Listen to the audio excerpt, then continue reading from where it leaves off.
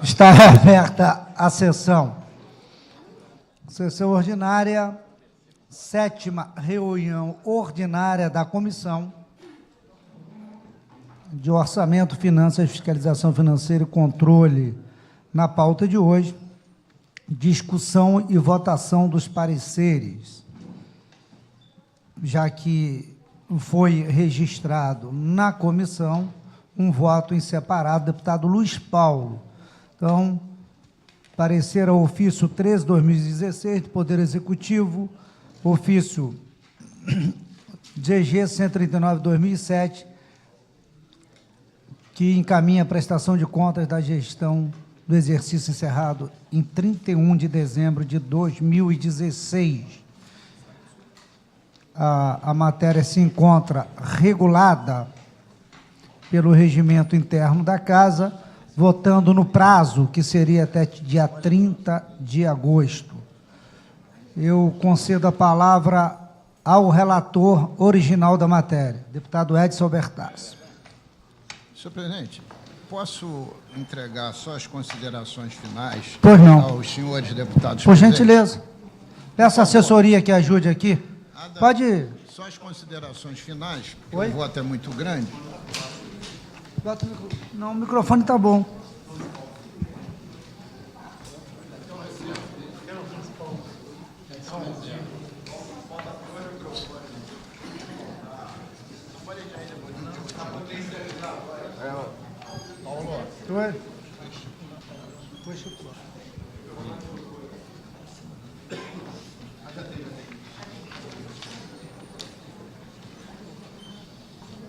A presidência, no uso de suas atribuições, vai estipular a ordem dos trabalhos na comissão.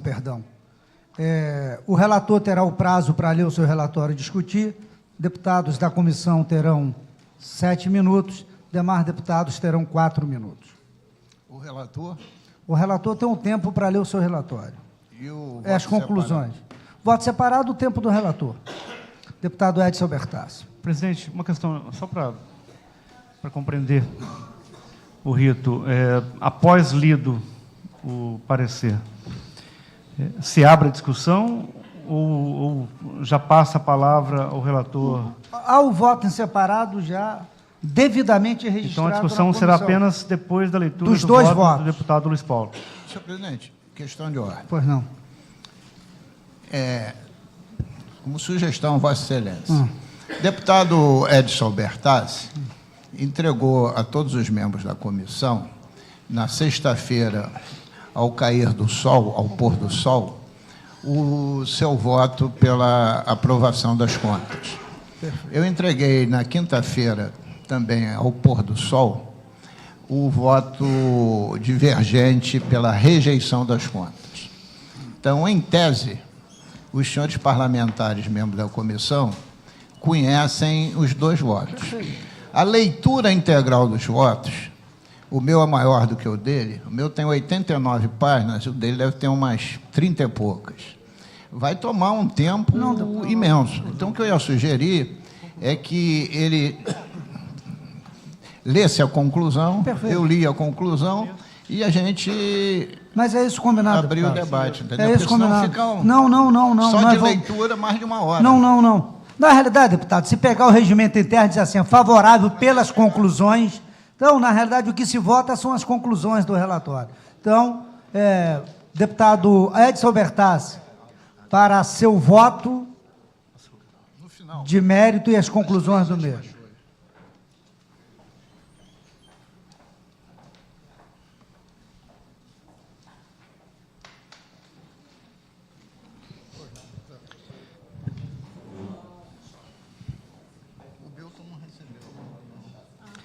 Senhor presidente, senhores deputados, presidente, da página 1 ao 21, temos aqui no parecer vários quadros técnicos. Eu, antes de ler a conclusão na página 23, eu quero fazer também a leitura de um resumo do parecer prévio emitido pelo Tribunal de Contas do Estado, na página 22. 22 do seu relatório ou do Tribunal de Do meu relatório.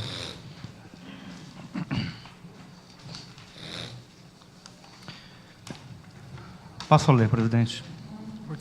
Considerando a competência do Egrégio Tribunal de Contas para emitir parecer prévio sobre as contas prestadas anualmente pelo governador do Estado, diante do que dispõe o artigo 123 da Constituição do Estado do Rio de Janeiro, combinado com o artigo 36 da Lei Complementar Estadual número 63 de 1990, concluiu aquela Corte de Contas pela emissão de parecer prévio contrário à aprovação pela Assembleia Legislativa do Estado do Rio de Janeiro das contas de governo dos chefes do Poder Executivo do Estado do Rio de Janeiro, excelentíssimos senhores Luiz Fernando de Souza, nos períodos de 1º de janeiro a 27 de março de 2016 e 1º de novembro a 31 de dezembro de 2016, e Francisco Oswaldo Neves Dornelles, no período que compreende a 28 de março a 31 de outubro de 2016, referentes ao exercício de 2016,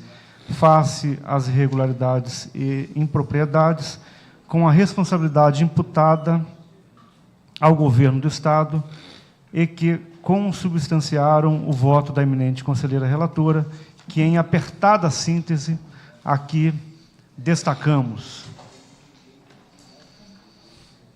Inciso 1. Aplicação de 10,42% das receitas de impostos e transferências de impostos em ações e serviços públicos de saúde, não cumprindo o limite de 12% estabelecido no artigo 6º da Lei Complementar Federal número 141 de 2012,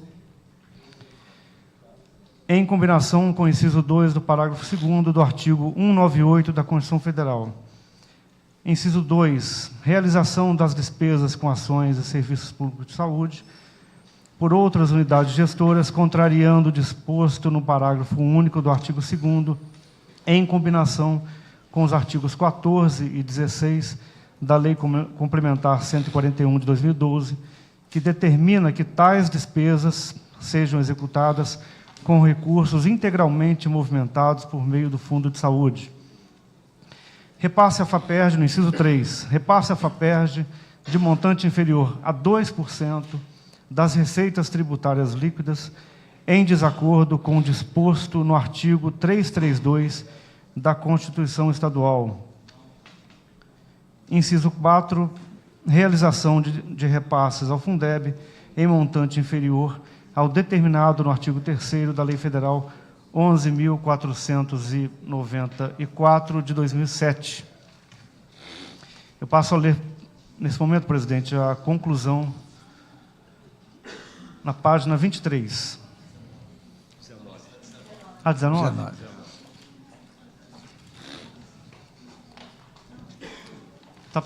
Tá certo, é a impressão. Inicialmente, cabe um breve comentário sobre a circunstância macroeconômica vivida pelo país, e, em particular, pelo Rio de Janeiro, em 2016. A persistência da crise econômica naquele exercício levou os entes federados a uma situação sem precedentes desde o início da vigência do Plano Real, com o PIB nacional com queda de 3,6% após a retração de 3,8% verificada em 2015. Em função desta crise inédita, o Estado do Rio de Janeiro experimentou e continua enfrentando uma situação de forte frustração de receitas, em evidente descompasso com o crescimento da despesa primária. Nosso Estado foi especialmente prejudicado em função da queda substancial do preço do barril do petróleo, pois em nenhum outro Estado da Federação a receita de royalties tem o peso que tem no Rio de Janeiro. Além disso, a significativa redução do investimento da Petrobras no Estado do Rio de Janeiro e a paralisação das obras do Comperj causaram impacto na arrecadação de impostos provenientes de diversas empresas com atividades importantes no Estado. Os sequestros de recursos financeiros no Tesouro Estadual por força de decisões judiciais contribuíram para a desorganização das finanças, tornando impossível o planejamento do fluxo de caixa. Foram proferidas diversas decisões para bloqueio de valores por execução de contra-garantia contratual de dívida estadual, pagamento de salário do funcionalismo público, medicamentos, requisições de pequeno valor, tornando a situação financeira ainda mais difícil.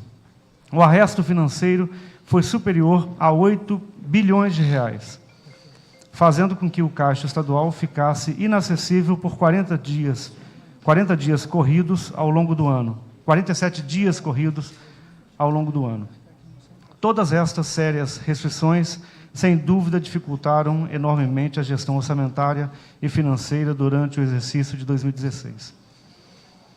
Por outro lado, os artigos 65 e 66 da Lei de Responsabilidade Fiscal, transcritos abaixo, cuidaram de estabelecer exceções ao cumprimento de alguns dos seus dispositivos, na ocorrência de calamidade pública reconhecida pelo Congresso Nacional, no caso da União ou pelas Assembleias Legislativas, na hipótese dos Estados e municípios.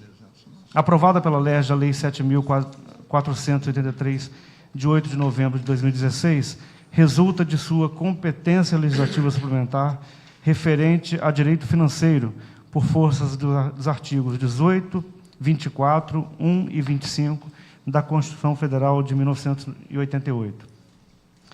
E a União reafirmou o reconhecimento da situação de calamidade vivenciada pelo Rio de Janeiro ao editar a Lei Federal 13.343, de 2016.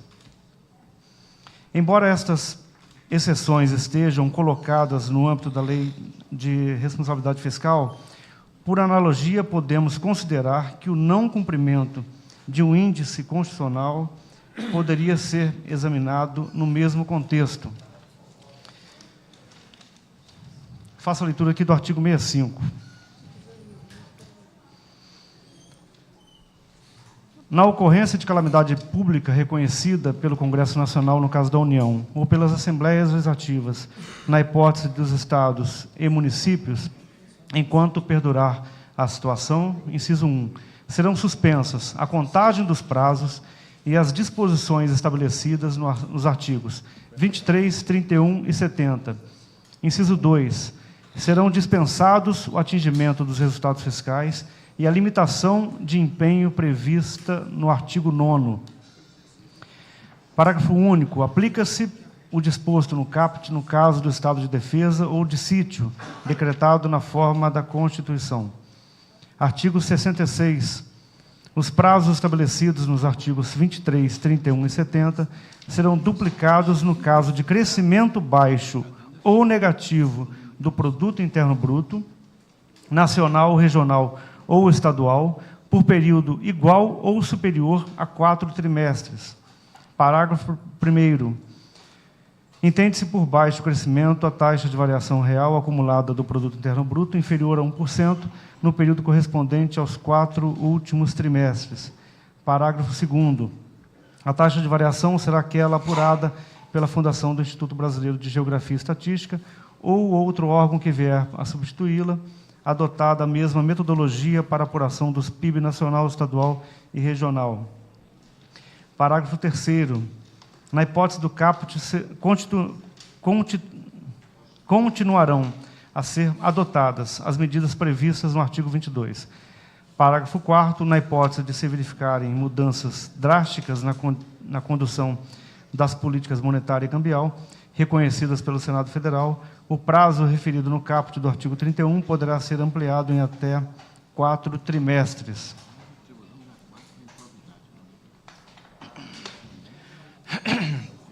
Feitas estas considerações de caráter geral, cabe, antes de mais nada, o elogio à qualidade técnica do parecer elaborado pelo Egrégio Tribunal de Contas do Estado.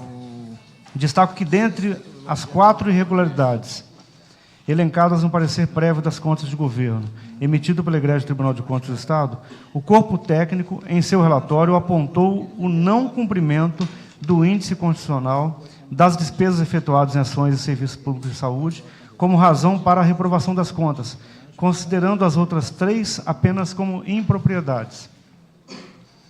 As irregularidades números 2 e 3 correspondem, respectivamente, a realização de despesas com ações e serviços públicos de saúde não executadas através do Fundo Estadual de Saúde e ao não repasse integral dos recursos destinados à FAPERJ no próprio exercício.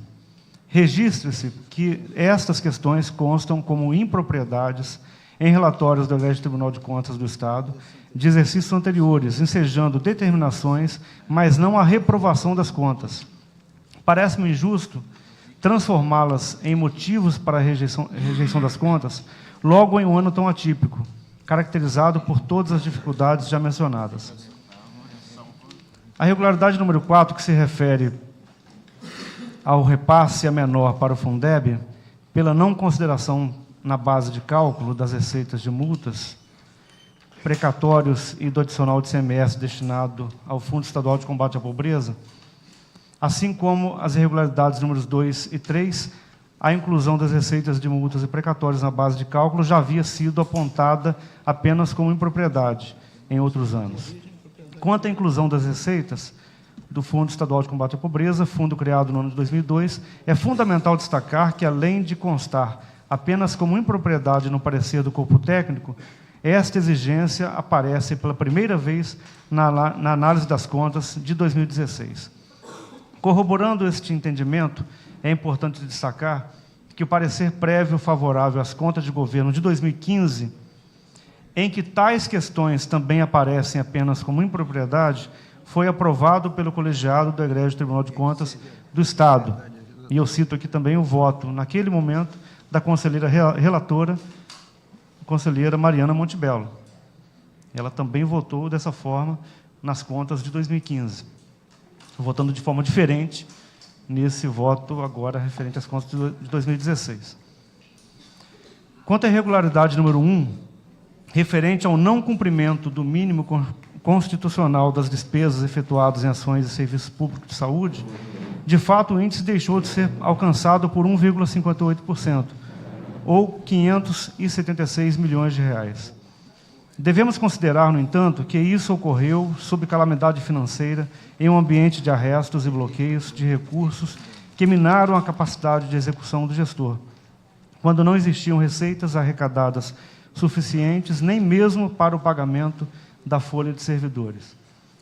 Sobre esta questão, vale ressaltar a relevância atribuída pelo Supremo Tribunal Federal às dificuldades ocasionadas por estes arrestos e bloqueios nas contas do Tesouro Estadual, com sérios impactos na prestação de serviços públicos essenciais à população, como é o caso do serviço de saúde, Transcrevo a seguir trechos das manifestações da ministra Carmen Lúcia e do ministro Luiz Fux, ocorridas em 2017 em decisões relativas a ações civis originárias, ajuizadas pelo Estado do Rio de Janeiro. Eu não vou ler toda, presidente, mas faço referência aqui ao item 3, 4 e 7 do voto da ministra Carmen Lúcia.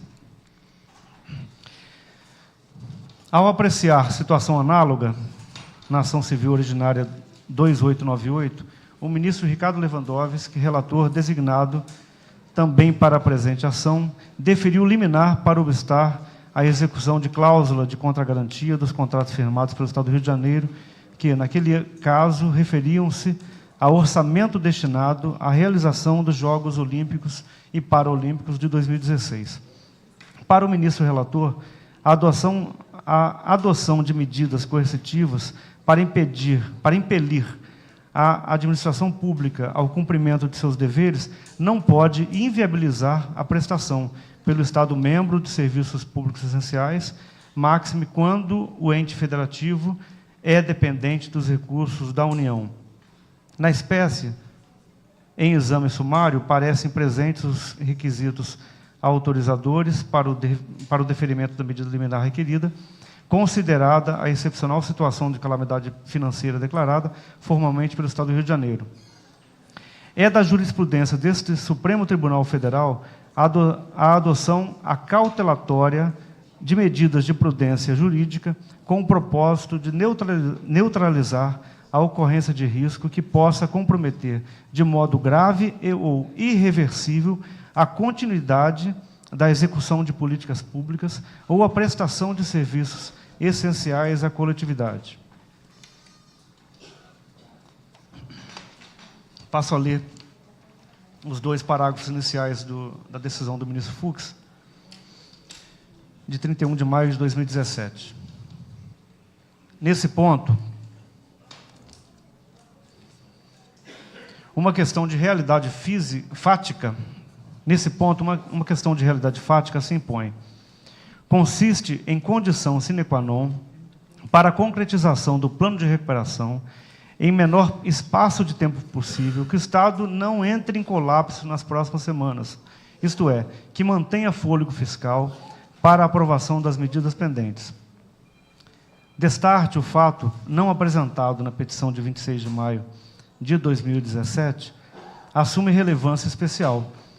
A União encontra-se na iminência de executar bloqueio ou contra-garantias relativas a empréstimos inadimplidos, outrora celebrados pelo Estado do Rio de Janeiro e outras instituições financeiras, sob o aval do governo federal. O montante de bloqueio, na ordem de 536 milhões, é suficiente não apenas para desestabilizar todas as medidas que vêm sendo adotadas pelo Estado do Rio de Janeiro, para reequilibrar as suas contas, como também para interromper a prestação de serviços públicos essenciais e o pagamento de salários aos servidores ativos, inativos e pensionistas. Por fim, uma questão que me parece altamente relevante diz respeito ao momento em que nos encontramos. Lendo novamente, presidente. Por fim, uma questão que me parece altamente relevante diz respeito ao momento que nos encontramos. Prestes a assinar com o governo federal a adesão ao regime de recuperação fiscal, seria de todo inconveniente termos uma rejeição de contas do Executivo. Todo o penoso processo por que o nosso Estado atravessou, com a participação fundamental dessa Casa, não pode ser colocado em risco por dúvidas ou incertezas contra a correta condução da questão fiscal. Com salários postos em dia, a adesão ao regime de recuperação fiscal é fundamental para continuar no caminho de correção da situação financeira do Estado. O momento é de união do Executivo e do Legislativo, que entendeu a situação e colaborou decisivamente, aprovando as leis necessárias. Razão pela qual apresento parecer favorável, concluindo pelo seguinte projeto de decreto legislativo. Ficam aprovadas as contas de gestão dos excelentíssimos senhores governadores do Estado do Rio de Janeiro, Luiz Fernando Souza Pezão e Francisco Dornelles, referentes ao exercício financeiro de 2016. Este é o voto, presidente. Com o voto do relator original emitido, tendo conhecimento esta comissão do voto já distribuído e separado, para ler seu voto separado, deputado Luiz Paulo. Em seguida, discutiremos os votos. Senhor presidente, eu dividi o voto em diversos tópicos, preliminares, cenários, resultados, etc., etc., e no final, as considerações finais e a conclusão do voto. Então, como só um voto de 98 páginas, eu vou me permitir só ler a introdução e a conclusão final. Bom, voto em separado. Autor, projeto Poder Executivo, relator, deputado Edson Albertazzi. O voto em separado é contrário, isto é, pela rejeição das contas dos chefes do Executivo referentes ao exercício para Vossa Excelência citar as páginas, que aí facilita mais o acompanhamento. Eu estou na página 1, referente ao exercício 2016, sob a responsabilidade dos mesmos, quer dizer, dos governadores, 2, divergindo do relator. A seguir, tem as razões do veto separado pela rejeição das contas de gestão dos chefes do Poder Executivo do Estado do Rio de Janeiro, referentes ao exercício 2016, sob a responsabilidade dos excelentíssimos senhores governadores Luiz Fernando de Souza, e Francisco Dornelles. Na introdução, deputado Edson Bertazzi, eu listo todas as competências que essa casa tem e o tribunal para fazer análise de contas. Então, vou pular a leitura. Em seguida, venho à página 2. Assim posto, verifica-se que, numa interpretação literal do referido inciso, que é o inciso 8º do artigo 99 da Constituição do Estado, a análise e votação das contas de 2015 deveriam ter ocorrido em 2016, como tem sido a tradição do Parlamento Fluminense. Há mais de 12 anos que isso vinha ocorrendo. Tal atraso, quiçá, estou falando das contas de 15, encontrou arrimo na desastrosa gestão financeira do Estado na última década e que tomou por proporções catastróficas a partir do segundo semestre de 2014. Infere-se que se as contas de 2015 tivessem sido votadas em 2016, provavelmente teriam sido rejeitadas, em função do desmoronamento da base do governo naquele ano legislativo. Mas, como somente foram votadas em 17, em 8/6/17, quando a base do governo se recompôs, foram aprovadas. No presente exercício de 2017, ao longo do segundo semestre, votaremos também as contas de gestão de 16, como manda a Constituição do Estado. Recapitulando, as contas de gestão de 2014 e 2015 mereceram meu voto pela rejeição, em voto divergente, escrito e fundamentado, apesar de terem recebido parecer prévio favorável do TCE. Naquela época, nas contas de 14 e 15, o TCE deu parecer favorável. Verifica-se que as contas de 14, 15 e 16 estão entrelaçadas e tiveram uma escalada de deterioração que levaram as finanças do Estado à bancarrota no ano de 16 e no primeiro semestre de 2017, que já passou. Assim posto, não há outro voto a ser consignado que não seja pela rejeição das contas dos governadores de 16, como a seguir demonstrado. São de maneira nítida demonstrativo de péssima gestão financeira exercida pelos governadores. Assim posto, não continuo a leitura do voto e vou para a página, direto para a página, para ganhar tempo, 91. Considerações finais. Para só ganhar velocidade, porque este miolo é toda a fundamentação de cada item. Considerações finais, está na folha 93. Bom, no meu está 90, pode ser. Porque na hora que você imprime de novo, muda a numeração. 93, né? 94. Considerações finais. Registre-se que as contas de governo de 14 e 15 se entrelaçam e afetaram seguramente de forma severa as de 2016. Não é possível, num momento de debacle, você dissociar uma conta de outra. Cabe ressaltar que, sobre as contas de governo de 14 e 15, apresentamos na Comissão de Orçamento um voto separado pela rejeição da mesma, tendo sido derrotada na Comissão de Orçamento e em plenário. Claro que alguns deputados acompanharam o voto. Lembro que nas contas de 15, deputado Fonte Bittencourt votou também pela rejeição, função de graves erros nas contas na área da educação. Naquelas oportunidades, 14 e 15, finalizei o meu voto alertando para o caos que se instalava nas contas subsequentes, como as de 2016. Aí apresento um quadro resumo dos indicadores constitucionais e legais das contas de governo de 2015. E aí eu queria pedir atenção, porque é fácil. Eu listei somente aqui 11 itens. Primeiro item, executivo. Percentual máximo de gasto com pessoal, 49%. Artigo 20, inciso 2º, a linha A da Constituição.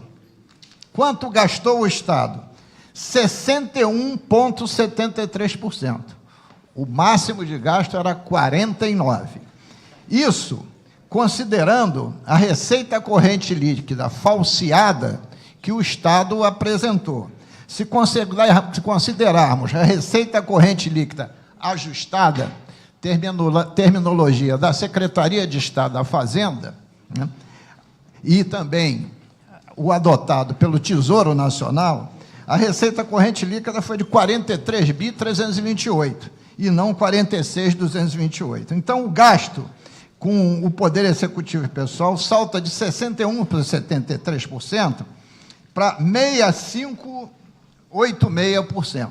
Então, estourou de muito o limite máximo. 2, gasto de pessoal com os poderes.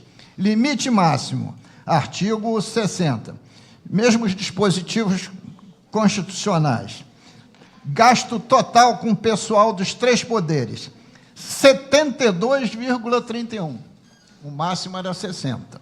Se considerar a receita corrente ajustada, foi 77,15%. Então, segundo quesito, negativo. Terceiro, dívida pública consolidada. Resolução do Senado Federal, número 40, de 2001, artigo 3º, inciso 1º, limita em 200% da receita corrente líquida. O valor foi 233,84%.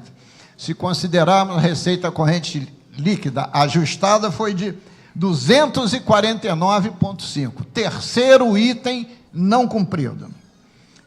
Quarto, a adulteração da receita corrente líquida, que foi declarada pelo governo como 46,228 bilhões, e o próprio governo reconhece, quando manda o demonstrativo das contas para o Tesouro Nacional, para assinar o termo de ajuste fiscal, que a receita corrente líquida ajustada foi de 43,328. Então, um falseamento de dado. Quarto item. Quinto, o resultado primário estimado era negativo, e ele foi de 6,32 bilhões, maior ainda do que o negativo proposto. O resultado nominal, na Lei de Responsabilidade Fiscal, a meta era de 1,2 bilhões. O resultado primário foi negativo de 7 bilhões, quer dizer, estourou 480% a meta. É o sexto item fora das medidas constitucionais e legais. Manutenção e desenvolvimento de ensino, MDE. O percentual mínimo é 25%. Além de não ter investido o mínimo necessário no Fundeb, houve um crescimento brutal do liquidado, na função educação, do liquidado e pago. O que se faz aí? É como fosse uma contabilidade criativa. Você cresce o liquidado, não tem dinheiro para pagar, porque o percentual que conta para apurar o índice não é o pago, é o liquidado. Então, deu um 25,07. Descumpriu o Fundeb e houve, novamente, o que já foi demonstrado na conta de 15, inclusive pelo deputado Conte Bittencourt, que o liquidado e pago cada vez se descolavam mais. FAPERJ tinha que investir 2% da receita tributária. O governo investiu, no mínimo, 1,4%, deputado Pedro Fernandes. 0,6% abaixo do mínimo da Constituição do Estado, artigo 322. Na saúde, tinha que investir 12%, artigo 196 da CF e Lei Complementar Federal número 141 de 12. tinha que investir 12%. Investiu, deputado Edson Bertazzi, 10,42%. E, além do mais, só investiu 42%, só pagando 50% do liquidado, que é outro fato grave. Liquidou e só pagou a metade do que liquidou. Continuando, FECAM. FECAM, o tribunal usou um pressuposto, porque o governador Pezão, em 28 de dezembro de 2016, emitiu um decreto que subtrai 30% dos índices constitucionais de meio ambiente, de ciência e tecnologia, e também de habitação de interesse social, baseado numa alteração da Constituição Federal. Então, ele subtraiu 30% e, por decreto, ele normatizou um dispositivo constitucional federal. E o tribunal considerou esse decreto. Ocorre que eu tenho uma representação de constitucionalidade no Tribunal de Justiça quanto a esse decreto, porque um decreto não pode regulamentar a Constituição da República, nem muito menos alterar os dispositivos da Constituição estadual, nem de leis ordinárias, como ele está fazendo. Esse processo ainda não está julgado, mas já teve parecer do Ministério Público Estadual pela inconstitucionalidade do decreto. Então, no meu entendimento, também não cumpriu o percentual do FECAM, porque só investiu 88,52%.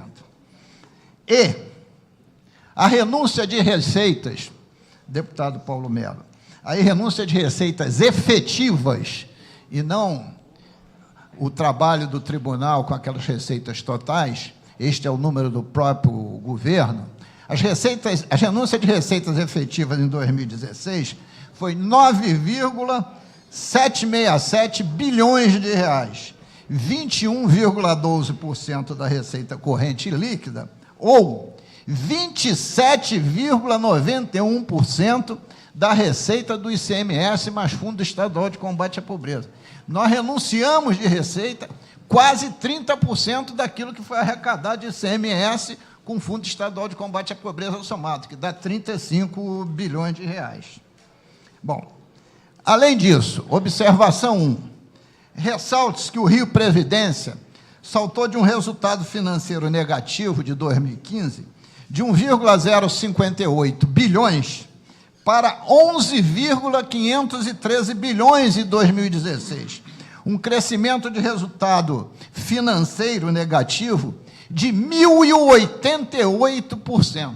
Isso é um salto estrondoso, porque os números anteriores estavam todos sendo objeto de contabilidade criativa, isto é, aumento da receita corrente líquida e considerando recursos transferidos do Tribunal de Justiça por conta dos depósitos judiciais. Observação 2.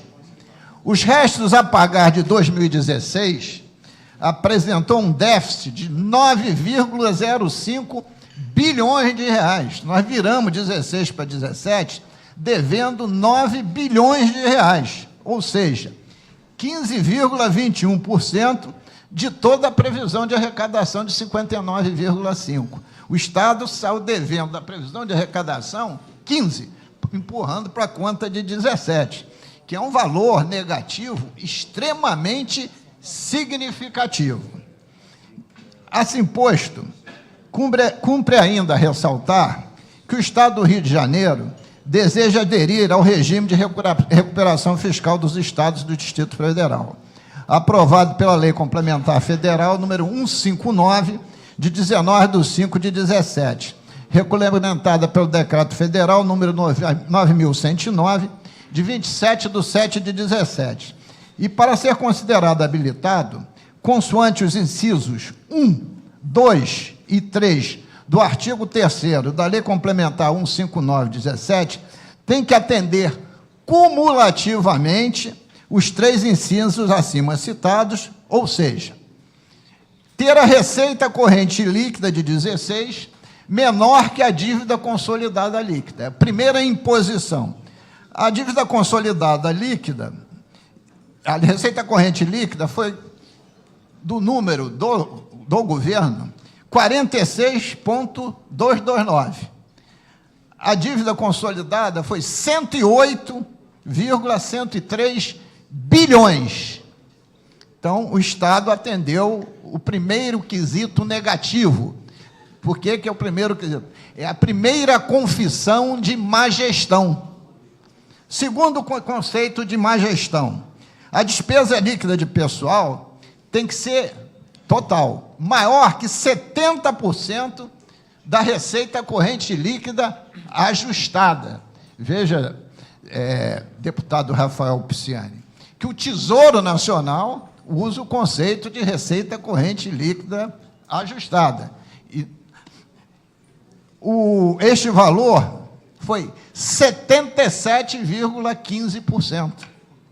Você vê que o Tesouro, através da lei complementar, não aplica nem a LRF de 60, não, é de 70.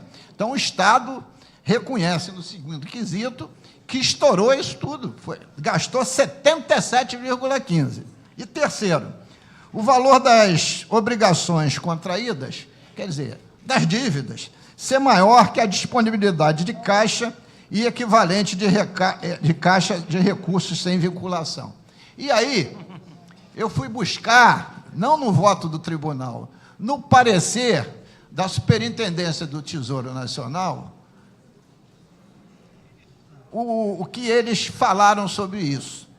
Consoante o parecer 02 de 17, da Superintendência do Tesouro Nacional, recente, de 14 de 8 de 17, os dados do SICONF, informações do Executivo Judiciário e Ministério Público, indicam que o valor total das obrigações contraídas em 2016 foi 10,9 bilhões, portanto, superior às disponibilidades de caixa e equivalente de caixa de recursos sem vinculação, que ficaram em apenas 927 milhões de reais. O que está dizendo o Tesouro Nacional? Que o Estado virou devendo 10 bilhões de reais.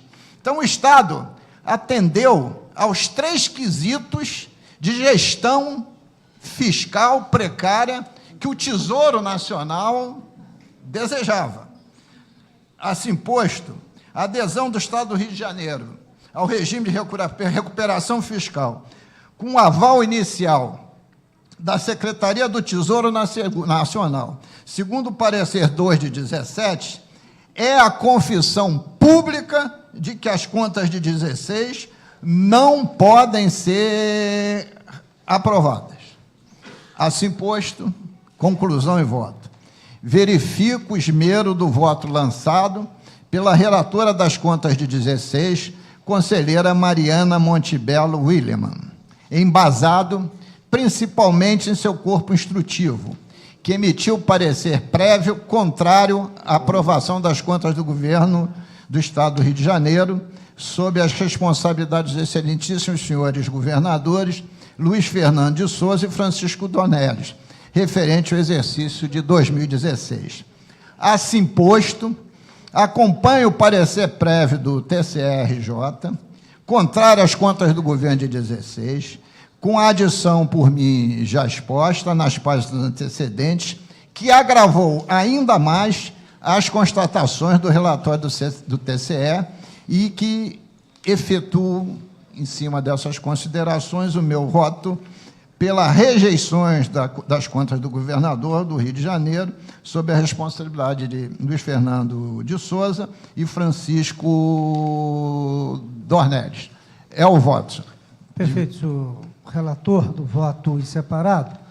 Só para que fique bem claro, Vossa Excelência falou 20 minutos e 31, o deputado Edson Albertazzi, 19 minutos. Então, equiparo o direito ao contraditório, ao voto do relator original, voto separado. Coloco em discussão a matéria.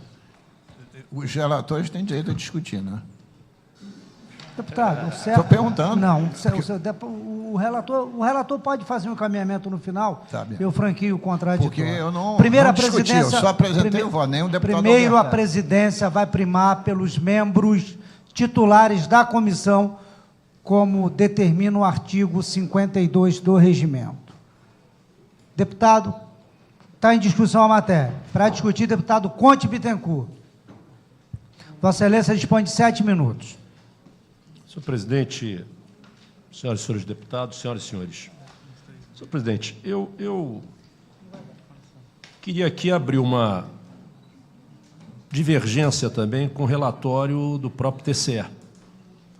E na linha do entendimento que já trouxe a esta comissão nas contas de 15, né, claro que o relatório do TCE é uma peça de análise de um órgão técnico, nós aqui faremos também as considerações políticas, mas quero trazer uma divergência também ao relatório do TCE, no que diz respeito à aplicação dos mínimos constitucionais da educação. Não função educação, da educação. Eu lembro aos colegas da comissão que, quando o Constituinte estabeleceu os 25% mínimos a serem aplicados por estados e municípios na educação, ele estabeleceu o princípio de despesa realizada. E o que é que se entende por despesa realizada? Aquela que cumpriu as 3 etapas previstas na despesa pública: empenho, liquidação e pagamento. O TCE vem insistindo numa interpretação que despesa realizada se esgota quando você atende apenas 2 dos aspectos das despesas públicas: empenho e liquidação. Eu quero abrir essa divergência, que o TCE continua insistindo em um equívoco que tem sido extremamente nocivo ao projeto de política pública do Estado do Rio de Janeiro para a área da educação.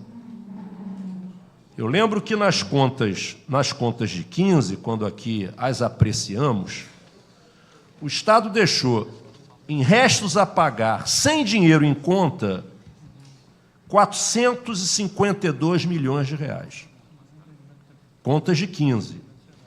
Eu lembro que a rede estadual, em 15, suspendeu a atividade do contrato de porteiros, serviu merenda fria 2 dias na semana, suspendeu limpeza na sua rede estadual durante 2 dias, dos 5 dias da semana, deixando claro que os contratos não foram honrados, dos terceirizados, opção que o governo vem fazendo há algum tempo, contrariamente à posição da Comissão de Educação, que entendemos serem atividades também finalísticas e merecedoras de concurso público, mas os próprios governos que fizeram opção pela terceirização, ao não fazerem os pagamentos, comprometem a finalidade desses serviços e comprometem o projeto de educação do Estado.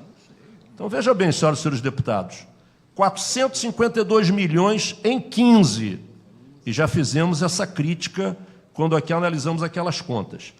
Em 16, esse número sobe para 1,3 bilhões. Ou seja, sobe 191% comparado aos chamados restos a pagar da educação em 16. Tudo bem, se o Poder Executivo tivesse feito a sua opção de não fazer o pagamento deixando o dinheiro na conta do Tesouro disponível na educação, tá bom. Mas não, o Estado deixou de aplicar em educação, em 2016, 1,3 bilhões. 254 milhões na UERJ, o que comprometeu o funcionamento da universidade. 314 milhões na FAETEC. Todos recursos dos 25%. Não são recursos da função educação apenas. Recursos que foram alocados para que o governo cumprisse nas suas contas os 25%. Deixou de aplicar na UESO 4 milhões. Na UENF, 35 milhões. No DEGASE, 52 milhões. Na SEDUC, 690 milhões. E no CEDERJ e CCERJ, 15 milhões. Esses recursos comprometeram toda a finalidade e, automaticamente, o funcionamento, praticamente todo o setor de educação do Rio de Janeiro. E um segundo comentário também, senhor presidente, senhoras e senhores deputados, nas minhas observações, dizem respeito à FAPERJ. O mesmo tratamento para a FAPERJ. Ou seja, o dispositivo constitucional, por mais que a peça orçamentária seja posta como uma peça de ficção, a Casa autoriza, é um orçamento autorizativo, mas o orçamento autorizativo não dá ao Poder Executivo o direito de não cumprir, mesmo em momento de calamidade, os dispositivos mínimos constitucionais. Cumprir os percentuais estabelecidos pela Constituição Federal e pela Constituição Estadual não é uma atividade discricionária do Poder Executivo que executa o orçamento. O legislador ali apontou a obrigatoriedade de ser cumprido. E a partir do momento que a educação não recebe 1,3 bilhões e a FAPERJ, independente do decreto, que também somos contra, e temos aqui um projeto de decreto legislativo, suspendendo os efeitos do decreto do Executivo, que corta 30% dos recursos da FAPERJ, mas olha um absurdo, mesmo cortando os 30% do recurso da FAPERJ, o governo não cumpriu os 2%. A FAPERJ, senhoras e senhores deputados, acumula, desde 97, já concluindo, presidente, desde 97, quase 1 bilhão, um pouco mais de 1 bilhão de reais, relatório do TCE, de recursos não encaminhados para a sua finalidade, ciência, pesquisa, inovação. Lembrando aqui que, em debate recente na Comissão de Educação, o Estado do Rio de Janeiro respondeu pela pesquisa da Zika e do chikungunya por 4% de toda a pesquisa mundial. Negar os recursos constitucionais da ciência e tecnologia é comprometer os laboratórios, interromper as pesquisas, perder pesquisadores que o Estado investiu bilhões e bilhões nas últimas décadas. Então, também não está a critério do Poder Executivo cumprir ou não esse dispositivo. Esse dispositivo é um dispositivo consagrado na Constituição Estadual para garantir justamente com que o futuro do Rio de Janeiro, pela inovação, seja mantido. Então, senhor presidente, eu também aqui, tá, não tem como ser diferente, todos aqui da casa sabem a defesa veemente que fazemos na questão da educação no Rio de Janeiro e da inovação, ciência e tecnologia, não tem como aprovarmos politicamente e tecnicamente conta de qualquer que seja o governo, de qualquer partido, de qualquer campo político, que não preserve os princípios mínimos para se manter as políticas públicas de áreas essenciais, como educação e saúde, no seu rumo. Obrigado. Continua em discussão os membros da comissão. Deputado Milton Rangel quer fazer uso da palavra? Ou não? Deputado Senhor Milton presidente, estamos aqui no... A presidência está reduzindo, como for, tendo em vista que a gente vai tentar votar, deputado Luiz Paulo, reduzindo para 5 minutos e reduzindo também o tempo, como prevê o regimento, pela metade para os demais deputados. Deputado Milton Rangel. Deputado Conde falou 6 minutos e 30 segundos. Primeiramente, eu queria parabenizar os dois que apresentaram os seus votos. O deputado Luiz Paulo Corrêa da Rocha. Perfeito. O deputado Albertassi, que fizeram um trabalho com muito esmero, muita qualidade. E queria destacar o brilhantismo técnico do trabalho do deputado Luiz Paulo.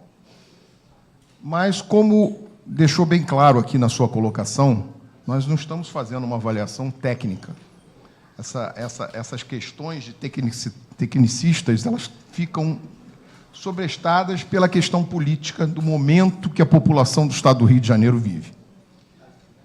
O próprio deputado Luiz Paulo colocou que entregou o seu relatório contraditando o relatório do deputado Albertassi na quinta-feira, antes do deputado Albertassi apresentar o seu relatório, se era favorável ou contra a aprovação das contas. Então, estamos dentro de uma questão política. Eu só estou querendo colocar que a questão é política. Deixar claro que a questão é política. Nós estamos aqui discutindo uma questão política. E, politicamente, nós vivemos no nosso Estado o pior momento que se já viveu. Estamos vivendo um momento de calamidade decretada e vivendo um momento que nós estamos esperando, desde o início do ano, um acordo com o governo federal que não chega, que não vem, e cada hora tem um problema. Obviamente que a rejeição dessas contas será um problema, acho eu, intransponível. E a população do Rio de Janeiro não merece isso. Se querem tirar o governador Pezão, tem vários instrumentos para isso, tem várias outras maneiras. Agora, esse momento, a avaliação desse relatório das contas do Estado, diante da avaliação feita pelo deputado Albertassi, com bastante considerações políticas e técnicas no seu conteúdo, eu me sinto constrangido de votar contra as contas do governador, pela rejeição do governador. Por isso, a minha votação é a favor das contas do governo. Aprovação. Continua em discussão. Deputado Luiz Martins. Deputado Luiz Martins. Deputado Milton falou 2 minutos. Senhor presidente, deputado Paulo Melo, eu não ia falar, mas não vou usar os 5 minutos, não. Só para fazer uma observação, parabenizar os dois relatórios, o deputado Albertassi e o deputado Luiz Paulo Correia da Rocha, e dizer que eu votei favorável às contas de 2015. Por quê? O corpo instrutivo do TCE fez ressalvas nas contas do governador. Era para, no ano subsequente, improbidades terem sido sanadas. E aí se empurrou para 2016, como irá empurrar para 2017.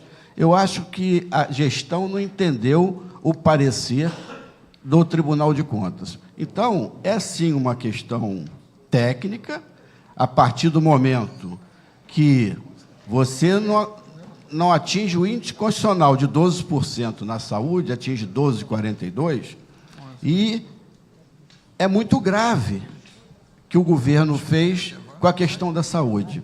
Eu sou do município aqui ao lado que sofre muito o Hospital da Posse, que é um hospital municipal e atende a toda a Baixada. O secretário não vê isso, não repassa o recurso de 44 milhões, só passou no ano eleitoral, e as observações não foram feitas durante esse percurso todo. Então, é técnica, sim. Eu acho que a gente precisa dar um basta nisso, fazer as correções. No decorrer desse ano todo, eu aqui da tribuna pedi para se cortar custo. Várias secretarias, eu cito aqui, aí teve um período grande do vice-governador ficou à frente da secretaria, que era um caso absurdo, do aluguel da Secretaria de Cultura, só foi cortado esse ano. Isso aqui poderia ter sido reduzido o custo de R$400 mil, que era aquele aluguel ali.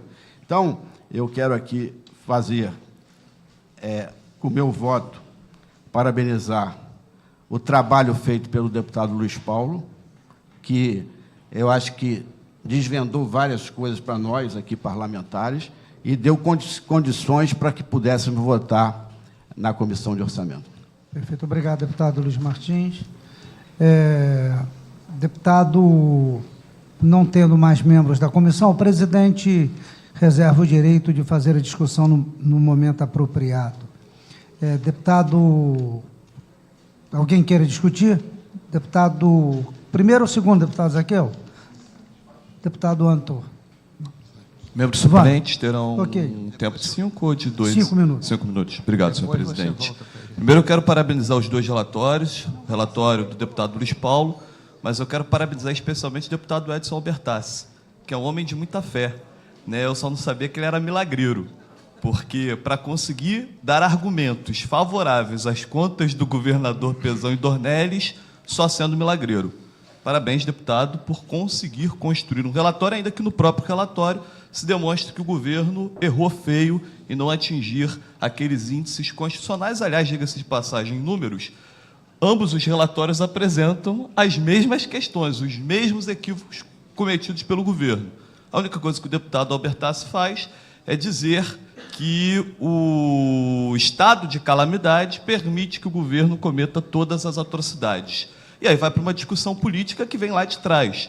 Eu, particularmente, acho que calamidade não é por vias de incompetência, mas naturais. E não é natural que o Estado tenha cometido tantos equívocos e tantos erros de tamanha incompetência que leve esse Estado ao caos. Por isso, eu quero dizer que a gente não pode se ater somente a números, porque por trás de cada um desses números está o sofrimento das pessoas.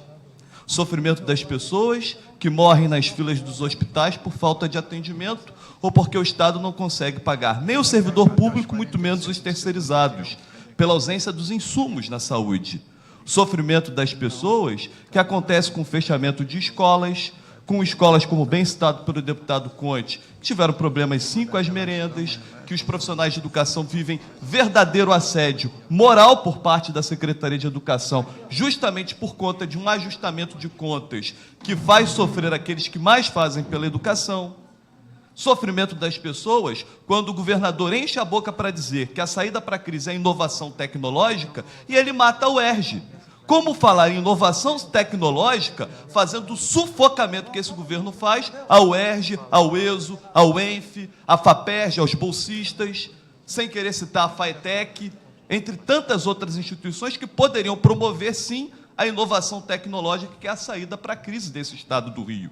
Aliás, diga-se de passagem, o próprio presidente dessa casa, Jorge Pisciani, citou em entrevista recente, antes do seu afastamento, uma série de equívocos cometidos pelo governo, dando a entender que a rejeição das contas era algo que deveria acontecer. Sofrimento das pessoas e do servidor público. Quantos de nós vimos servidores chorando porque estavam passando fome?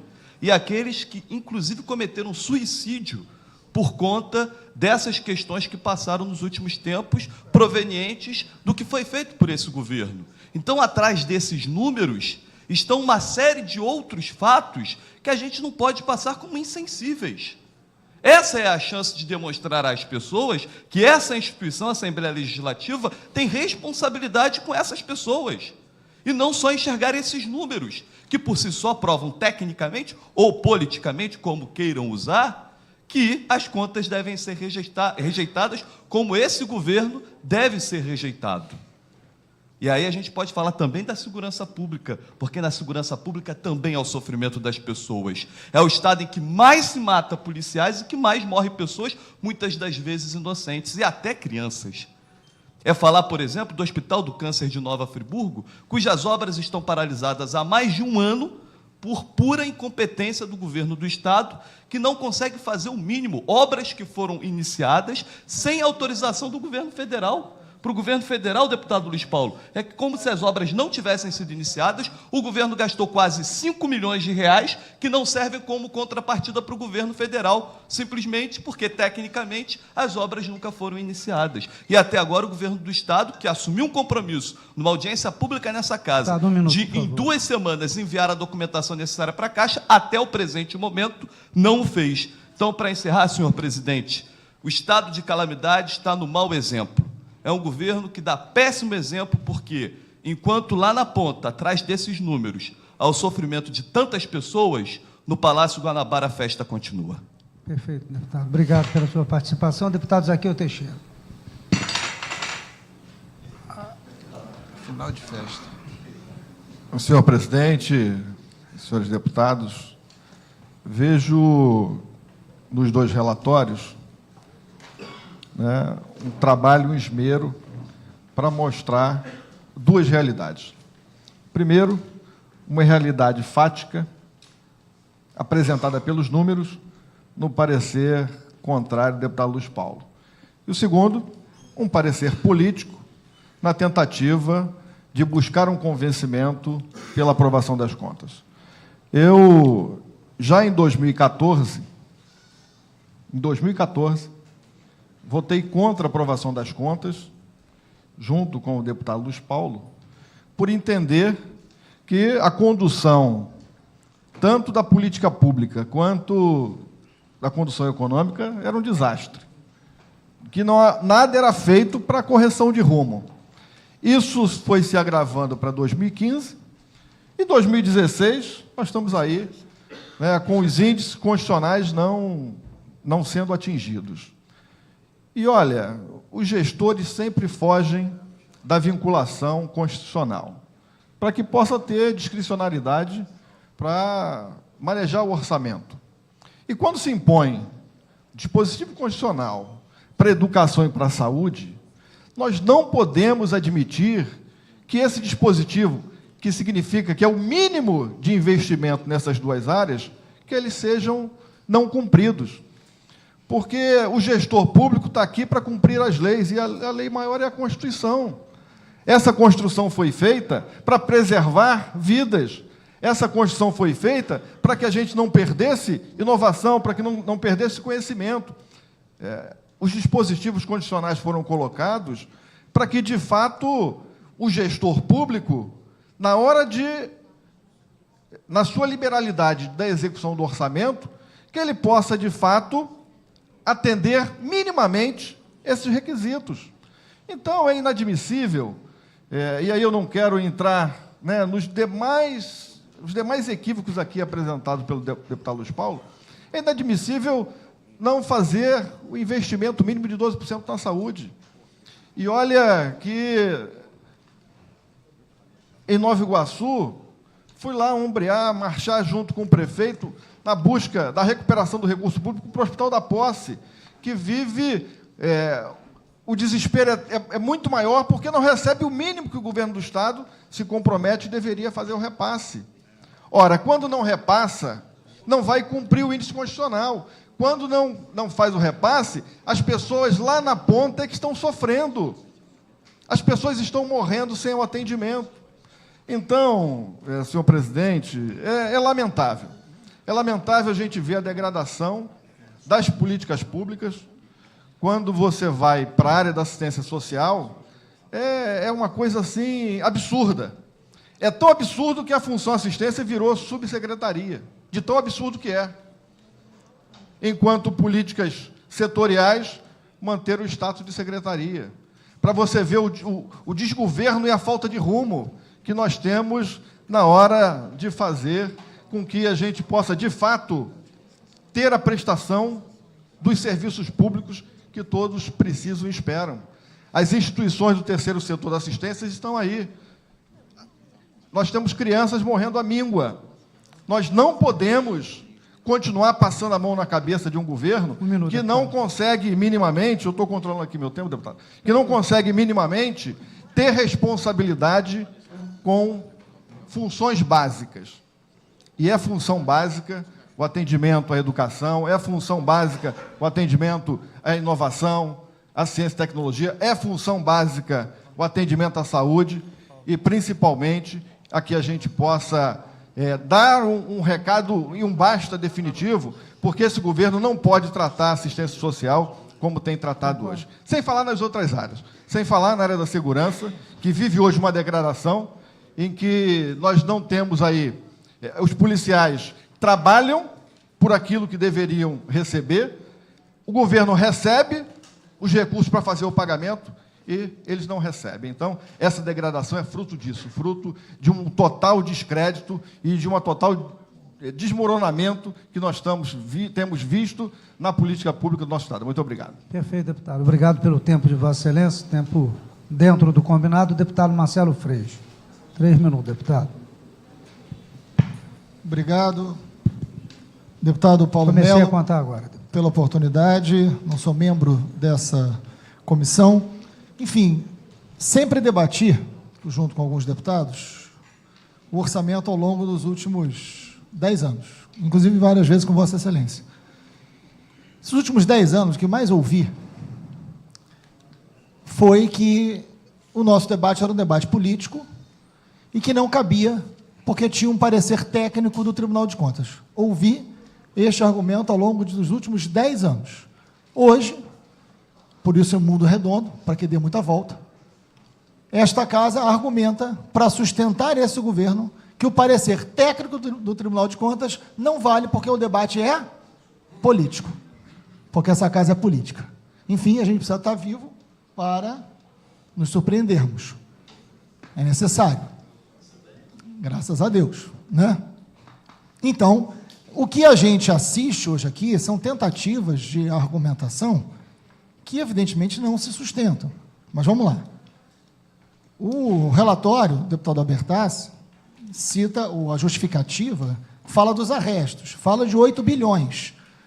Eu não sei de onde veio, não estou dizendo que não foram 8 bilhões, mas não há como sabermos esse valor montante do total. Até eu gostaria que fornecesse para a gente, porque no relatório de Vossa Excelência não aparece a descrição de onde vem. Nós sabemos separadamente, mas vale a pena termos um montante. De onde vem os 8 bilhões? Mesmo assim, importante lembrar, deputado Albertassi, que arresto é decisão judicial para fazer com que o governo cumpra a sua obrigação. Não é um custo extra ou além. O que é o arresto para servir de justificativa para aprovar? O arresto é uma decisão judicial dizendo que o governo tem que cumprir a sua obrigação e pagar o que deixou de pagar. Não é uma outra despesa. Não é uma despesa não prevista. É apenas uma decisão judicial para que o governo cumpra aquilo que lhe cabe. A outra falar, e foi a segunda justificativa, do estado de calamidade. O estado de calamidade, deputado, foi decretado em novembro de 16. Não foi em janeiro, não foi em fevereiro, não foi em março. Foi em novembro, no mês 11. Esta é a justificativa para dizer que durante o ano 16 inteiro não se conseguiu cumprir aquilo que a lei determina. Então, não se sustenta. Dizer que esse momento é o momento da união não é o que os servidores com 3 meses de salário acham, não é o que o fim, com não pagamento do 13º. Né? União de quem? Então, é importante lembrar que esse governo, para concluir, Concluindo, por favor. o déficit em 2018 é de 20 bilhões, mas quando esse governo assumiu, a dívida, né, hoje a dívida tem 107 bilhões. Quando o governo assumiu em 2007, era de 43 bilhões. Ao longo desses 10 anos, vocês endividaram plenamente o Estado. Não foi por causa do petróleo, foi ao longo desses 10 anos. E aí, para concluir verdadeiramente, só queria fazer uma citação. Né? Por favor. Abre aspas. Não havia objeto naquele momento. O crime de responsabilidade está agora textualizado em 2 documentos. O primeiro na rejeição das contas de 2016 e do parecer prévio do TCE por unanimidade, que aponta indícios de crime de responsabilidade por descumprir dispositivos constitucionais. O outro que eu cito é o não repasse nas datas aos poderes, mas só agora eu tenho isso escrito. Fecha aspas, afirmou o presidente da Assembleia Legislativa, o deputado Jorge Por favor, Pisciani. deputado Marcelo. Então, estou aqui, terminando Perfeito. a minha fala, citando o deputado Jorge Pisciani, Perfeito. deixando claro o crime de responsabilidade a partir do relatório do TCE. Perfeito. Obrigado. Deputado Eliomar Coelho, por gentileza. Inicia seu... Não. Estou apagando aqui, deputado. Inicia seu tempo agora. Senhor presidente dos trabalhos desta sessão, demais deputados e deputadas, membros e presentes a esta sessão, eu gostaria de iniciar dizendo o seguinte: a gestão administrativa de qualquer ente, principalmente de um Estado, ela se dá através de políticas construídas. E na construção, no processo de construção de uma política, deve ser levado em conta estudos, realização de diagnósticos e planejamento. E é claro que, ao fazer isto, leva-se em consideração, principalmente, os estudos de viabilidade. Viabilidade técnica, viabilidade econômica e, acima de tudo, viabilidade social. Ora, os itens elencados aqui pelo nobre deputado Luiz Paulo Corrêa da Rocha, 11, onde mostra que nenhum deles atende ao requisito de eficácia das políticas colocadas em prática. Isto daqui é um exemplo de que realmente está tudo errado, não tem nada certo. É claro que houve todo um arrazoado técnico justificando, né, o desastre que tem sido, nesses últimos tempos, na gestão administrativa do Estado do Rio de Janeiro.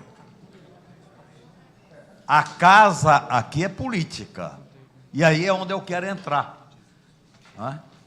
A política, ela tem que ser tratada de forma a eliminar as distorções, desfazer os equívocos e tentar corrigir para que o rumo comece a ficar certo. A ação política, se não for nesse sentido, então não vale de nada. E eu acho que aqui nós temos uma responsabilidade de, no exercer a nossa atividade política, buscar exatamente não só ouvir os erros apontados, mas apresentar propostas de correção. E isto daí foi feito na medida que as recomendações, orçamento de 2015, deveriam ter sido seguidos. Para concluir, deputado. E por que não foi seguido? Quer dizer, aí é onde está, por uma questão de natureza política, se foi um equívoco enorme foi cometido por esta casa. Então, eu acho que deveria ter sido, só concluindo, presidente, eu acho que realmente essas contas atualmente não têm a menor condição de ser aprovadas. Eu só gostaria, sabe o que é? Olha a situação que nós encontramos. Deputado, eu vou pedir a Vossa Excelência, se Vossa Excelência quiser transgredir. Tá certo, deputado então Marcelo, tá legal. Tá, perfeito. não, Deputado, tá agradeço a Vossa Excelência, deputado Julianelli. Não está aqui, não. Deputado Juliana. Deputado Flávio Serafim, me perdoe, deputado, foi sem querer. Me perdoe. Não parece não, foi equívoco mesmo da presidência. É que o deputado Eliomar me deixou nervoso, é que eu me atrapalhei. Por favor, deputado. Seu tempo está começando. Bom, 3 minutos. boa tarde a todos e todas. Eu serei breve aqui na minha manifestação. Gostaria de destacar um aspecto desse debate, que a gente viu que de 2015 para 2016, o Tribunal de Contas do Estado fez uma série de ressalvas e recomendações que foram reiteradamente desrespeitadas. E o principal argumento que o governo tem colocado, a decretação do estado de calamidade, ela obviamente tem uma limitação. Para além de todas as questões e debates jurídicos que ela abre, porque ela inaugura uma página na história fiscal brasileira sobre o que representa essa decretação do estado de calamidade, é evidente que uma lei não tem capacidade de se sobrepor a definições constitucionais. E aí o orçamento, a liquidação do orçamento do ano de 2016, é muito evidente que, pelo menos em 2 aspectos, o governo do Estado deixou de cumprir esses repasses constitucionais. Na saúde, quando ficou ao redor de 10,3% essa execução, o que, obviamente, teve uma série de resultados negativos para a população, com fechamento provisório de unidades de saúde, com falta de repasse para unidades municipais que tiveram impactos graves no funcionamento das unidades hospitalares, uma série de outras consequências que fizeram com que a população do Estado do Rio de Janeiro sofresse gravemente com essa não aplicação do mínimo constitucional. Em segundo lugar, também a aplicação da FAPERJ, porque, mesmo levando em consideração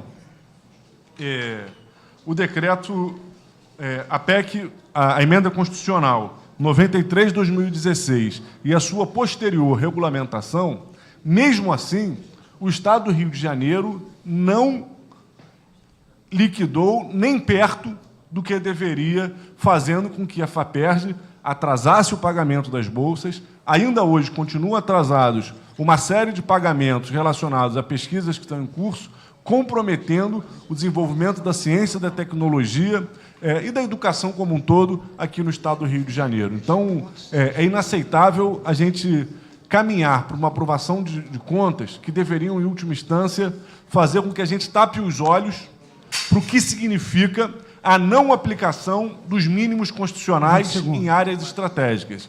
Então, para concluir, eu queria destacar esse elemento. Se no orçamento do Brasil nem os mínimos constitucionais devam ser respeitados, o que vai precisar ser respeitado em termos de política fiscal no nosso país? Muito obrigado, deputado. 2,54. Continua. Acabou. Não havendo mais querer discutir, deputado Luiz Paulo, 5 minutos. Deputado Luiz Paulo, 5 minutos. Presidência abrindo deferência aos relatores, agradecendo aos deputados que participaram pelo estrito cumprimento do tempo. Muito obrigado a todos. Deputado Luiz Paulo, 5 minutos. Senhor presidente, agradecendo primeiro as citações de diversos deputados sobre ambos os relatórios, eu queria primeiro esclarecer o deputado Milton Rangel.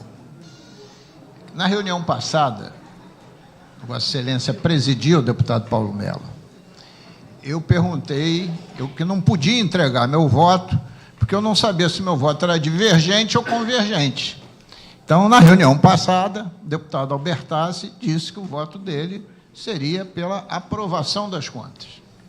Então, eu pude fazer o preâmbulo do voto divergente. E o deputado Paulo Mello decidiu, com a aprovação dos senhores deputados, que a data de entrega das contas era quinta-feira. Eu cumpri o prazo. Então, só me referi que o relator excedeu 24 horas ao prazo. Essa é a primeira observação. A segunda, que o deputado Conte Bittencourt, ele tem razão quanto à assertiva do crescimento das despesas não pagas na educação. Porque se os senhores consultarem no meu voto aí, ou a folha 34 ou 35, eu pego essa relação de despesa liquidada e paga de 2000 a 2016. 2016 vai para 22%. Em 2015 era 13%. E a média de 10 a 14, em 2010, era 7%. Quer dizer, como você foi usando o artifício da despesa liquidada para não cumprir os mínimos constitucionais. Terceira questão, senhor presidente. Nós estamos falando de gestão fiscal. Gestão fiscal são números. Então, tem que ter uma análise técnica, que embasa a decisão política. Então, eu tenho que fazer uma análise numérica, técnica, para embasar minha decisão política. Eu já tinha lido o voto do deputado Edson Albertassi, com muita paciência, e verifiquei que, no voto dele, ele faz a seguinte constatação, em uma frase: foi a conjuntura, errei, perdoe-me. Mas eu não quero perdoar, porque é essa a síntese do voto. Foi a conjuntura, errei, perdoe-me. Não dá para perdoar, porque é reincidente específico. Isso já tinha sido alertado nas contas de 15, com toda clareza, não só por mim, como pelo próprio Tribunal de Contas. E, além do mais, esses números simbolizam um desastre para a população fluminense. Não foi só para o servidor público, não, foi para a população fluminense. Foi para mais de 17 milhões de pessoas que sofreram em suas vidas o desastre de uma gestão fiscal. E tanto isso é verdade que o Estado está aderindo ao plano da União, mostrando que não conseguiu cumprir em gestão fiscal absolutamente nada. Então, sob o ponto de vista político, também a justificativa política, apesar de eu respeitar qualquer voto, ela, no meu entendimento, também politicamente é inaceitável. É uma conta de 2016 que está já prejudicada pela de 14, quando a pedalada foi de apenas 1 bilhão, pela de 15, que já foi na ordem de 6 bilhões, e essa de 17, que já é de 10, e, quiçá, quanto virou a de 17, que já dá 10, quiçá, quanto virá em 17. Então, o nosso voto tem um embasamento técnico e um embasamento político pela rejeição. mas com a tranquilidade de quem vem acompanhando as contas, não só na hora de votar, mas ao longo de todo o ano, através do sistema de informação gerencial. Então, eu queria dizer que o meu voto, apesar de eu ser um cartesiano, ele é técnico, mas esse voto técnico embasa a minha decisão política de rejeitar as contas. Obrigado, senhor presidente. Deputado Edson Bertazzi. Deputado Luiz Paulo falou em 4 minutos e 43 segundos. Deputado Edson Bertazzi, iniciando o seu tempo. Presidente, primeiro responder aqui ao deputado Marcelo Freixo, que esses números, o equivalente a aproximadamente aí 8 bilhões de reais de arrestos, estão incluídos no relatório gerencial encaminhado pela Contadoria Geral. Então, são números oficiais. De 2016. 2016. Consta na documentação do Tribunal de Contas. Presidente, eu já fiz a leitura do voto, ouvi aqui atentamente cada deputado, e aí me atento aqui pela posição do deputado Milton Rangel, que foi criticado pelo deputado Marcelo Freixo, mas o deputado Milton foi claro ao dizer que a discussão aqui é política. Na posição dele, ele dizendo que o voto aqui é um voto político. Quando o deputado Luiz Martins, analisando as contas de 2015, dá um voto favorável acompanhando o parecer prévio do Tribunal de Contas, o deputado Luiz Martins vota com coerência, por mais que eu divirja do voto dele nesse momento. Quando o deputado Conte Bittencourt se declara também aqui, no sentido de votar contrário, pelas razões já expostas, no que diz respeito aqui à execução orçamentária das contas de educação, o deputado Conte também tem aqui um viés de coerência, porque ele sempre votou dessa forma. Sempre votou dessa forma, porque ele faz uma análise rígida com relação às contas da educação. Agora, me espanta um pouco o voto de alguns colegas, e aqui eu cito com todo o respeito o deputado Anderson Nogueira, porque eu não fiz mágica aqui, porque eu não sou mágico, não fiz mágica. Porque o deputado Anderson, no ano passado, analisando as contas de 2015, ele não fez referência ao trabalho técnico do tribunal. Porque se ele tivesse feito referência ao voto técnico do tribunal, ele teria votado a favor das contas. Agora ele faz referência ao trabalho técnico do tribunal, justificando o voto contrário dele. Então, é importante separar, porque há, sim, aqui uma discussão política. E aí, por essa razão, eu dou aqui razão ao voto do deputado Milton Rangel. Agora, pegando aqui a fala do deputado Luiz Paulo, onde ele coloca que, usou o termo aqui, errei, perdoe-me. Foi a conjuntura, errei, perdoe-me. Sim. Na verdade, o deputado Luiz Paulo também se torna um pouco incoerente. Ele cita aqui... O que eu tenho direito de sê-lo. Claro, me permita terminar a leitura. Sem debate paralelo, até porque... A adesão, olha o voto do deputado Luiz Paulo, no final aqui. A adesão do Estado do Rio de Janeiro ao regime de recuperação fiscal, com o aval inicial da Secretaria do Tesouro Nacional, é a confissão pública de que as contas de 2016 não podem ser aprovadas. Quer dizer, o deputado Luiz Paulo passa o ano todo aqui discutindo o regime de recuperação fiscal. O deputado Luiz Paulo ajudou na aprovação de diversas leis necessárias para o enquadramento do Estado do Rio de Janeiro a esse regime. Então, agora, nas contas, na análise das contas, vem dizer que tudo que a gente fez aqui é balela? Não é balela.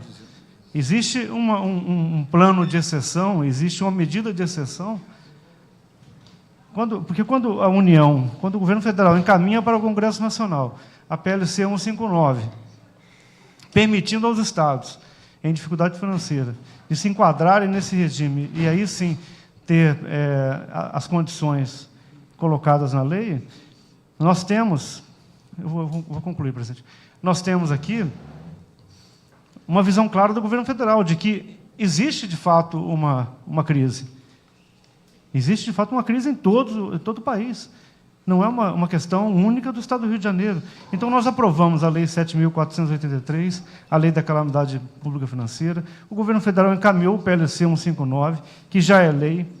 Aprovamos diversas leis aqui no nosso parlamento, dando a condição do governo do Estado do Rio de Janeiro se enquadrar nesse regime de recuperação fiscal. Então, nós, nesse momento, temos, sim, um ambiente... Já estou terminando, presidente, mas me conceda mais 30 segundos, okay. e eu encerro. Nós temos, sim, o ambiente necessário para a aprovação dessas contas, tecnicamente, seja por um discurso político ou outro, mas o que a gente está analisando aqui é tecnicamente. Eu poderia até colocar outras razões, mas o tempo não vai me permitir, presidente. Mas eu mantenho aqui o parecer com muita tranquilidade. E eu não estou aqui dando a condição de quem errou ser perdoado. Não é isso, não. Não estou dizendo isso, presidente. A Lei Complementar 141 de 2012, ela define claramente qual a posição do gestor. Cada gestor, e aí o debate foi amplo aqui no sentido de... Deputado, em cortesia à presidência, você Presidente, pediu 30 segundos, eu sei, mas todos dois são relatores. Claro. Vossa Excelência concluindo, por favor. Presidente, a Lei Complementar 141 de 2012, ela diz claramente qual a posição de cada gestor. O que o gestor tem que fazer. A responsabilidade está ali, clara.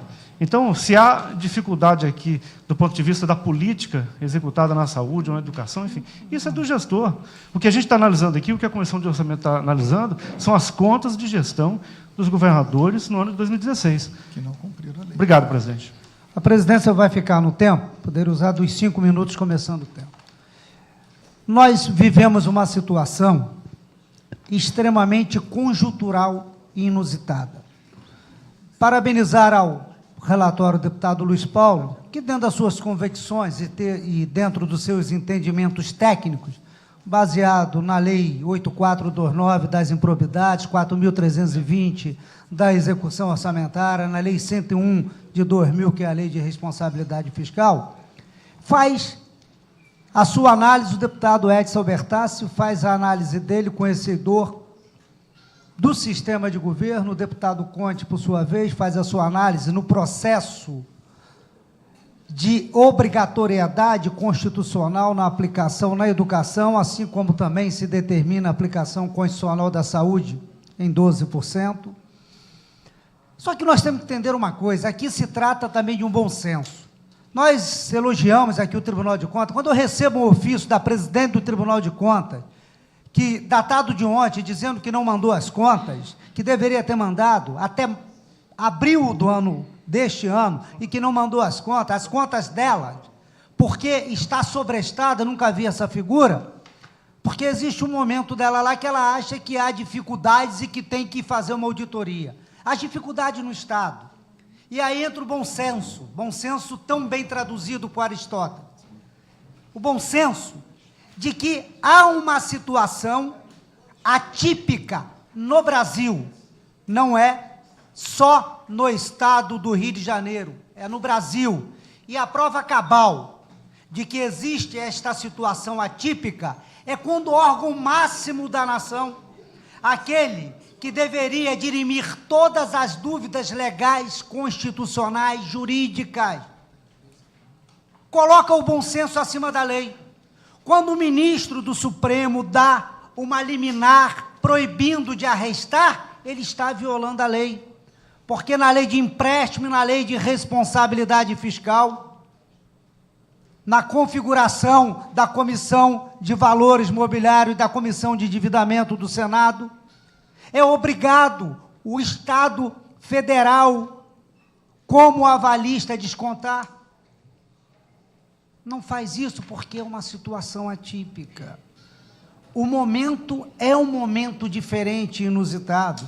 Quando o presidente da República manda uma medida provisória, violando frontalmente aquela que foi uma das maiores conquistas do governo Fernando Henrique Cardoso, a Lei de Responsabilidade Fiscal, a Lei 101, que norteou os procedimentos da administração pública, é porque existe uma situação atípica. Totalmente atípica. Quando um governador não consegue gerir o seu caixa, e aí eu vou discordar daqueles que disseram, arrestou porque não arrestou para privilégios de alguns, em detrimento das necessidades de outros. Tem que ter coragem, ninguém tem coragem. Em privilégio de alguns, em detrimento das necessidades de outros,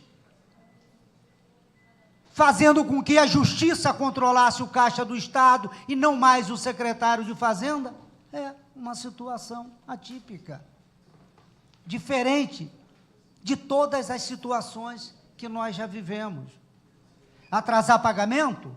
Eu tenho orgulho de dizer, e não tenho, nós tivemos problemas no governo Marcelo, que eu era líder aqui e defendia um governo que transformou esse Estado, que também viveu situações atípicas, quando você teve entrar em vigor o Fundeb, que nós tivemos que vir para aqui correndo para tentar aumentar os impostos, para fazer frente a uma legislação federal que não conversou com os municípios nem com o Estado, fez a obrigatoriedade direto, e ali em 26 de dezembro nós fizemos a Lei 1957, que foi a lei de CMS, que eu tive o privilégio de relatar. 2657.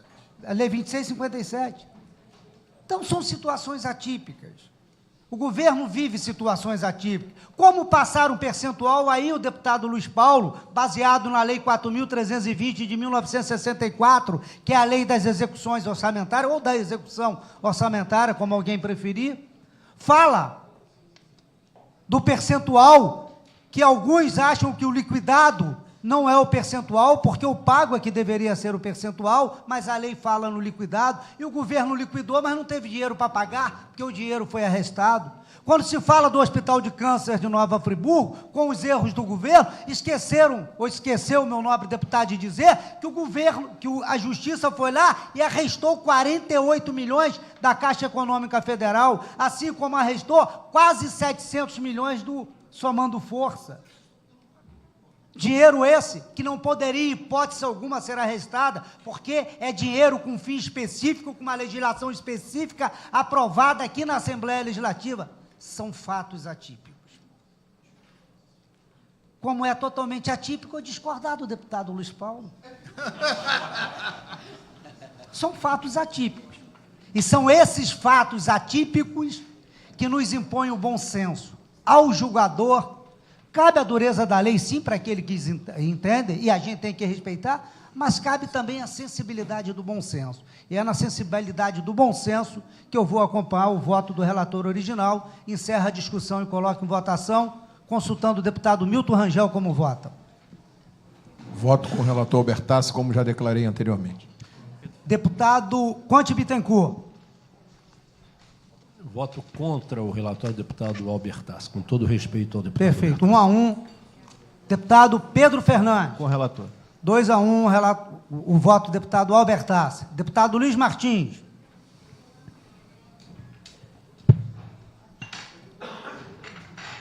Senhor presidente, por tudo que explicitei anteriormente, voto com o relatório do deputado Luiz Paulo. A presidência não vai colher nenhum voto do deputado Luiz Paulo, que é o relatório dele, estamos votando com o relatório dele, o deputado Albertassi. Está empatado 3 a 3. 3 votos com o deputado Luiz Paulo e 3 votos contando o voto do relator, deputado Albertassi. A presidência vota com o deputado... A presidência vota com o deputado Edson Albertassi e declara o resultado 4 a 3. Estão aprovadas as contas do exercício de 2016 do governador do Estado do Rio de Janeiro. Na comissão. Não, lógico, sempre na comissão, primando pelo decreto legislativo de aprovação. Nada mais havendo a tratar na ordem do dia, está encerrada a sessão.